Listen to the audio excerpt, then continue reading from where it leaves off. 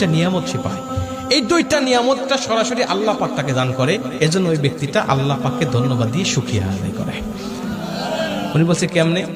আমি প্রথমে তাকিয়ে দেখি যে মানুষ যখন হাসি দেয়, হাসি দেওয়ার সঙ্গে সঙ্গে তার হৃৎপিণ্ডটা 2 ন্যানো সেকেন্ড, 1 সেকেন্ডেরও অনেক কম সময় 2 ন্যানো সেকেন্ড, এই ন্যানো সেকেন্ড 2 ন্যানো সেকেন্ডের মধ্যে তার হৃৎপিণ্ডটা একেবারে ব্লক হয়ে যায়, বন্ধ হয়ে যায়। হাসি দেওয়ার সময় 2 ন্যানো সেকেন্ডের জন্য তার হৃৎপিণ্ডটা একেবারে ব্লক হয়ে যায়, বন্ধ হয়ে যায়। ওই ব্যক্তিকে যদি আল্লাহ পাক আবার পুনরায় এই হৃৎপিণ্ডটা চালু না করে দেয়, তাহলে প্রতিটা মানুষ হাসি দেওয়ার পরে দুনিয়া থেকে বিদায় নিয়ে চলে যাবে, প্রতিটা মানুষ মারা যাবে। কিন্তু আমার আল্লাহ পাক এই হাসি দেওয়ার সময় তার হৃৎপিণ্ডটা শুধু চালু করে দেয় তা নয়, ওর পুনরায় শক্তি সম্পন্ন করে, আবার পুনরায় শক্তি সঞ্চয় করে, ওর অঙ্গ প্রত্যঙ্গগুলো আবারও তরতাজা করে আমার আল্লাহ পাক তার শরীরের মধ্যে আবারও ফিটিং করে দেয়। জোরে কোন সুবহানাল্লাহ।